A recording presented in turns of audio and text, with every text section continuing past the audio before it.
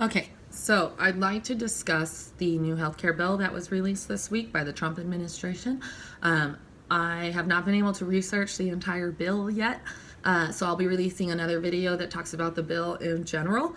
However, right now I'd like to talk about the biggest thing that jumps out to me about the bill, and that is that the people that voted for Trump will not like it, and and Republicans will not like it. In a joint statement, written statement, conservative senators Rand Paul, Ted Cruz, Mike Lee, and Ron Johnson all said it does not appear this draft as written will accomplish the most important promise that we made to Americans, to repeal Obamacare and lower their health care costs. They're right, it will not lower anyone's health care costs. Obamacare is failing because a lot of people choose to take the fine at the end of the year instead of buying into the health insurance market, which then makes it harder for people who actually use the health insurance market to have lower premiums.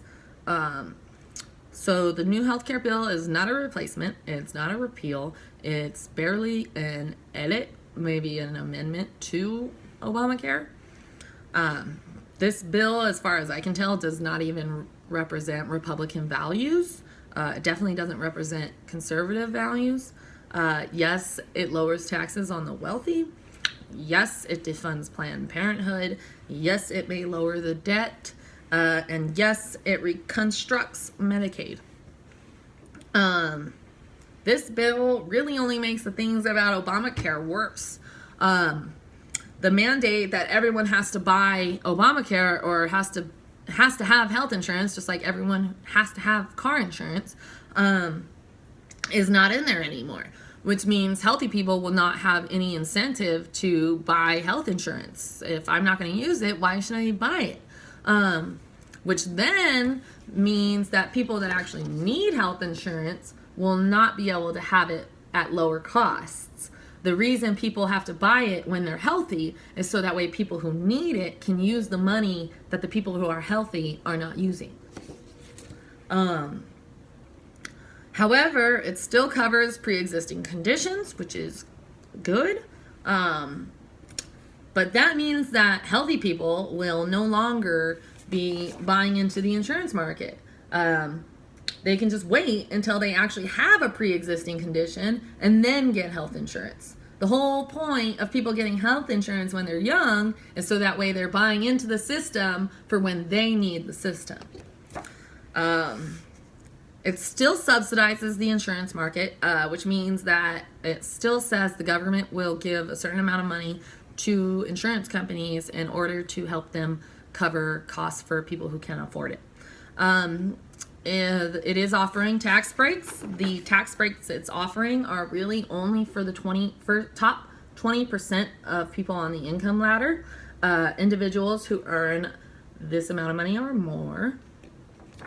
Individuals, not family, not you and your wife, just you. So really, the middle class aren't going to see these tax cuts. The working class aren't going to see these tax cuts. Many people who voted for Trump are not going to see these tax cuts. You know who will see these tax cuts? Individuals who make over $200,000 a year. They plan to account for the money that they're going to be sending to insurance companies to subsidize the market will come from defunding Planned Parenthood and other facilities who perform abortions. This will significantly reduce, not eliminate, reduce the amount of federal funding that goes to places like Planned Parenthood for 1 year. Wait, 1 year? Okay? Yeah, 1 year.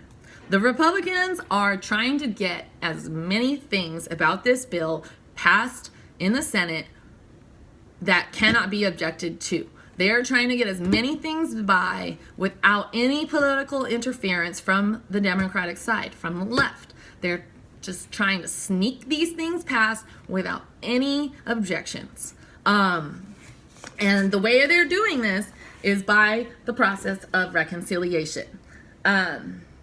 Reconciliation means that there will not need to be a majority vote in the Senate for this part of the bill. won't even need to go to a vote. Nor would anybody be able to filibuster the bill on the left side. So the only way they can achieve these two things is by making it only for 1 year. I don't know about the budget for the next 3 years, but as far as this budget is proposed, they will only defund Planned Parenthood for 1 year. So if their only mission in life is to destroy Obama's legacy, then I guess you guys are winning.